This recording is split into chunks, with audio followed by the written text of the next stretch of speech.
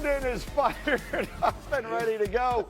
We got Harry, we got Neek. We're going to have a few special guests jumping in today, get the college ready for you as well. But Graziano is going to kick it off. The NFL season starts a week from tonight. The Super Bowl champion Eagles will host the drama-filled Cowboys, and Micah Watch remains very much in effect with the looming question of will he or won't he play. Candidly, will he or won't he even be a Cowboy by that time as we inch closer and closer to a resolution? Graz, what are we hearing? I feel like there's been a little bit of a turn in the story to the point where, based on conversations we were having yesterday and last night, that a resolution feels like it might be pretty close. Now, what that resolution is, I think is still up in the air. It could be a deal between him and the Cowboys, a long-term deal. It sounds a little unlikely considering how little work has been done on that recently. It could be that he decides to show up and play on the fifth-year option, play it out, and then dare them to franchise him next year, which I think they would. It could be that he continues to sit out and says his back hurts. He went and got a second opinion on his back yesterday, so that could be preparing for that sort of argument. And then there's the possibility of a trade, which I think a week ago I would have said was not a possibility, but now I think we're at a point where you can't rule it out. This thing has dragged on long enough, and I think there are teams that have called the Cowboys and said, are you interested? And I think when the answer used to be, no, we're not trading him, now it's like, well, what would that look like? And so, we'll see. But I think in the next couple days, maybe, by the end of the weekend, we could have some resolution on this. One way or the other. I just don't feel comfortable predicting which way. Of the weekend. So again, bear in mind, we are, and you see Mike Tannenbaum popping up on your screen here. Mike T, good enough as our resident GM to jump in with us on short notice when we started getting this from Dan. We thought to ourselves, let's hear directly from Mike T. So as you hear Dan reporting that it's getting closer, take us inside the building. You have a sense of the conversations that would be happening both inside the Cowboys building and maybe others with this thing working its way towards a resolution. Give us a sense of what you expect here. Sure, Greeny. From a Dallas Cowboys standpoint, outside of the George Pickens acquisition, who's on a one-year deal and obviously a very good player, you could make the case that, hey, we have a rookie head coach. We're in the first year of a rebuild. We have a quarterback that's under a long-term deal, but we've lost the DeMarcus Lawrences of the world, the Jordan Lewises of the world. And if we're going to rebuild and we can get multiple first-round picks and a good young player, we have to consider it. And ironically, Greeny, there is a gap in the schedule where there's a little bit of a bye week outside of Philadelphia and ironically the Cowboys, where teams like Green Bay, Tampa Bay, Detroit, teams that could consider trading for him, have a couple of days here where they could put together their best package. So if I'm Jerry Jones, I am calling those teams and say, hey, give me your highest and best offer within the next 48 hours, and we're going to get this resolved one way or the other. All right, and so this is exactly the moment in which it gets done as we sort of consider the urgency of the situation. What stands out to me, Mike, in what you just said is, and we've had this conversation before, if in March the Cowboys had made the decision that Mike Tannenbaum is talking about, you know what? Right now, the Eagles look unbeatable. The Commanders are on the come up. We need to start this thing over again. Let's make Micah Parsons our next Herschel Walker. Let's trade him and build around that. That would have made sense to me. I actually was advocating them doing that. But we know that isn't what they decided. Right, Mike? We know that because Jerry Jones has told us that he himself negotiated a long-term contract with Micah Parsons and then sent it to the agent who told him to stick it you-know-where. So if they do decide to do this, Mike, it would be because it got to this place. It wouldn't be because that was their original intention. That's exactly right, Greeny. And once TJ Watt got done, and we've talked about this quite a bit, it's $42 million a year. He's a great player. If they don't want to pay that bill, then go out and get as many assets as you can in return.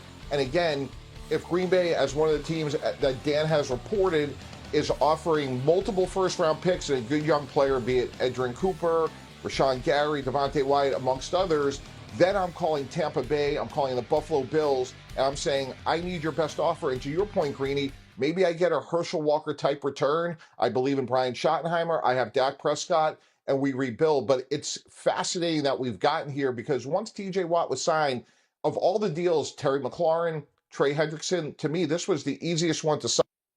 For whatever reason, Jerry Jones Hasn't been able to do it yet. We lost Mike T's feed, but I think you get a sense of where he was going to go with that. We could quickly put the picture up on the screen if we can of Micah at the airport yesterday. People made a very big deal. We've reached that point. I remember the helicopters flying over Brett Favre's place in Mississippi once upon a time, and now here's people spotting Micah Parsons at the airport looking in a rush. Again, Dan, we believe he's getting a second opinion on his back. We believe he was traveling to get a second opinion on his back. That seems to be what we're being told. Yeah. That's their story, and they're sticking to it, for lack of a better way of putting it. Okay, so, Neek and Harry, you sit here, you listen to all of this. What's the first thing that comes to mind? It's how poorly this has all been managed. Like, when you draft a player in the first round, your hope, you're dreaming. And it's also very unlikely. It's not that first-round picks could be starters. That happens. First-round picks could be good players or even great players. That happens.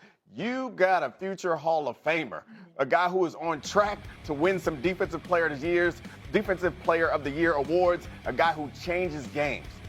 The idea that you could trade him and get and we make the Herschel Walker comparison, but that's different. That franchise was moribund at the top. They were bad. Yeah, I can hear fine. And this is very different now because this team believes that they are close.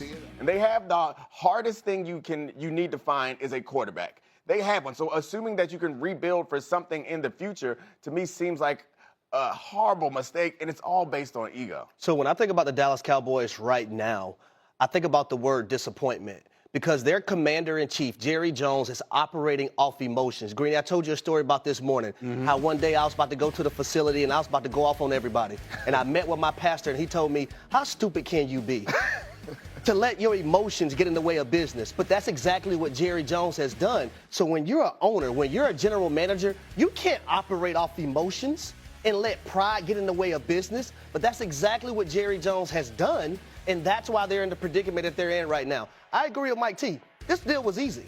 We've seen what Max Crosby had gotten. We've seen what Myles Garrett had gotten. We've seen what Jamar Chase had gotten. And we also seen what T.J. Watt had gotten. This deal should have been easy to do for Jerry Jones and the Dallas Cowboys. But no, sometimes when you want to rob Peter and pay Paul, when you want to do little slick things under the table, you want to do a deal with the player without his representation and try to, get by a little bit, you're in this predicament right now that you're in. Because Micah Parsons said, no, I'm not standing for it. I'm going to stand 10 toes down, and I'm going to stand up for myself and everyone else that comes behind me. I'm not going to be like the other ones. He chose to be different, and I commend him for it. Yeah, I think that's the key thing to understand, right? The situations that we got resolved this week in Washington with Terry McLaurin and Cincinnati with Trey Hendrickson seems to have been neither one of those guys ever wanted to leave. They pushed it as far as they could, and ultimately they took the best offer that was on the table, even if it wasn't the offer of their dreams. Micah Parsons has pushed it beyond that, and he's had Jerry Jones' help in pushing it beyond that because neither side has wanted to engage recently. So yeah, I think it's fascinating. It's an example, I guess, of a player sort of knowing his worth and exerting his leverage. We don't see it very often at this level in the NFL, but it has gotten really messed up. I think if you go back to March, Jerry would tell you our intention was to sign him to a massive long-term contract, which we offered him, and Micah would tell you that was what he was hoping would happen too, and yet here we are. Jerry has told us that. Yeah. He told it to Michael Irvin, and he told it to Stephen A. Smith, yeah. and he's told it to anyone who, Fox and Friends, and he's told it on anyone who would listen. Now all of a sudden, people are starting to consider where might they go. And our intrepid Packers reporter, who was outstanding, Rob Domofsky, was asking a bunch of Packers players yesterday about this possibility, and then the general manager, Brian Gutekunst, was asked about it yesterday, and here's what he said about Micah Parsons. Yeah, first of all, I can't talk about any players on any other teams, but I think, again, every opportunity that's out there that if we think it could help the Packers, we're going to take a long, look. Again, if that opportunity makes sense to us, then we'll do it, and if it doesn't, we won't.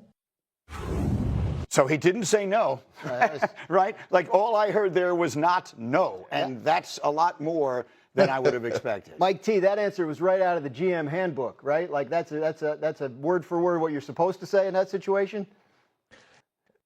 Goody is one of the best GMs for a lot of reasons, but yeah, that is absolutely page one in the GM manual, Dan. One thing I would say this morning, Greedy, when teams are waking up to Dan's reporting, if I'm Jason Light, the GM of the Buccaneers, if I'm Brad Holmes, the GM of the Lions, and we're quote unquote one player away and we're close to winning and getting over Philadelphia to get to the Super Bowl, and I'm reading about possibly the Packers, I am meeting with ownership. I am meeting with my head coach and saying, hey, we have a window in the next 48 hours right now. Do we want to go pay a massive bill to go get arguably the greatest young pass rusher we've seen in a long time in Micah Parsons to get us over the hump? And those are the discussions that are literally happening right now, assuming what Dan is saying, that Dallas is finally open to trading Parsons. I just want it clear. I have not reported anything about the Packers. The Packers stuff is out there, and Gutekunst is being asked about it because it's sort of floating out there from other sources. I would say they're probably a possibility, but I would say that about a lot of. I would argue that 31 teams are interested in Micah Parsons, and everybody. And they're just one that makes sense, and they should be. And this is a situation where, because of the way that the Cowboys mismanaged it, you would probably get him for cheaper than you would expect to get him if this was like a process that started in March. Because in March, you're like, all right, just before the draft. Then immediately after the draft, you have this pressure for the players or the teams that didn't get what they wanted.